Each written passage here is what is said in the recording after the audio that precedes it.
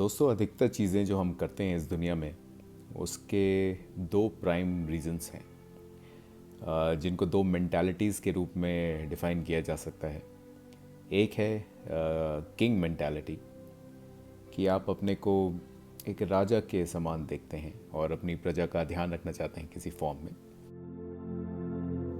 And दूसरी होती है to become wealthy, so wealthy mentality. और दोनों के अपने रीजंस हैं, अपने तरह के एटीट्यूड्स हैं, उनसे एसोसिएटेड एस्पेक्ट्स हैं। और फाउंडर्स में भी अक्सर ये दो मेंटालिटीज़ पाई जाती हैं, रिच मेंटालिटी और king mentality. Now depending on what the mentality is of a founder, वो उसी तरह की हायरिंग करते हैं, उसी तरह की डिसीजंस लेते हैं अपनी स्टार्टअप के लिए। और ये एक तरह से निर्धारित करता है, डिटरमिन करता है कि वो स्टार्टअप किस डायरेक्शन में जाएगी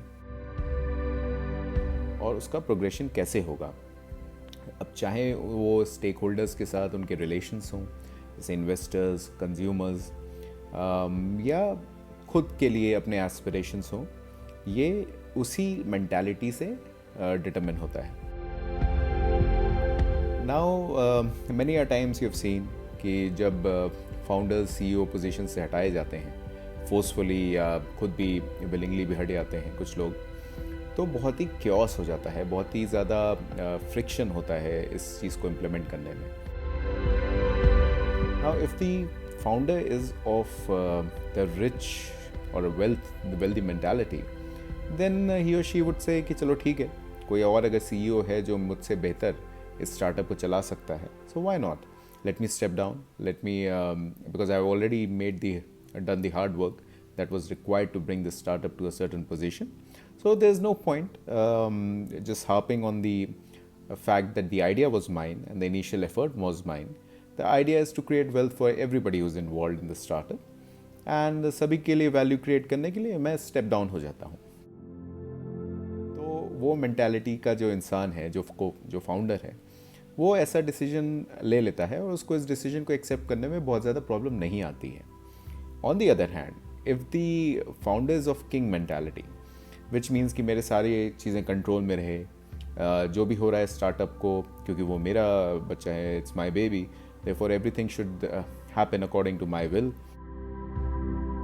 then if the board decides कि आप वो पोजीशन छोड़ दें लीडर की इन द कंपनी, सीईओ से हट जाएं, तब आपको उसको एक्सेप्ट करने में बहुत ज़्यादा प्रॉब्लम होती है। तो ये जो जर्नी है स्टार्टअप की, ये कभी खुशी कभी गम तरह की जर्नी है, जिसमें डिफरेंट पॉइंट ऑफ टाइम पे जैसे आपकी मेंटालिटी रहती है, या इनिशियली भी जिस तरह की आपकी मेंटालिटी रहती है, उसके अकॉर्डिंग आपको रिवॉर्ड्स मिलते हैं। अब खुशी इस बात पे निर्भर करती है कि आप किस मेंटालिटी से आते हैं। तो ये ज़रूरी है कि खुद को समझना कि आपकी मेंटालिटी क्या है, आपका रीज़न क्या है, आप किस मेंटालिटी से स्टार्टअप को शुरू कर रहे हैं, एंड देन कितनी अच्छी तरह आप जब ये स्टार्टअप ग्रो करती है इसके एनवायरनमेंट में खुद को अडेप्ट कर पाते हैं, और जो बोर्ड डिसीजंस लेता है उसको एक्सेप्ट कर पाते हैं।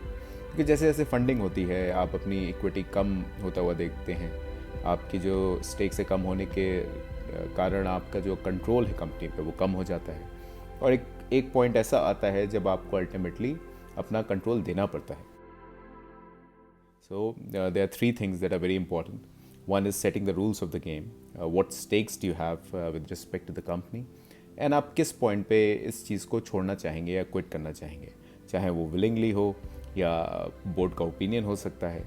तो उसको आप किस तरह एक्सेप्ट करते हैं, ये डिटरमिन करती है आपकी actual happiness. So hope you're taking good care of yourself. Stay safe, stay healthy, know yourself, which mentality you come from, and I look forward to speaking with you again soon. Thank you.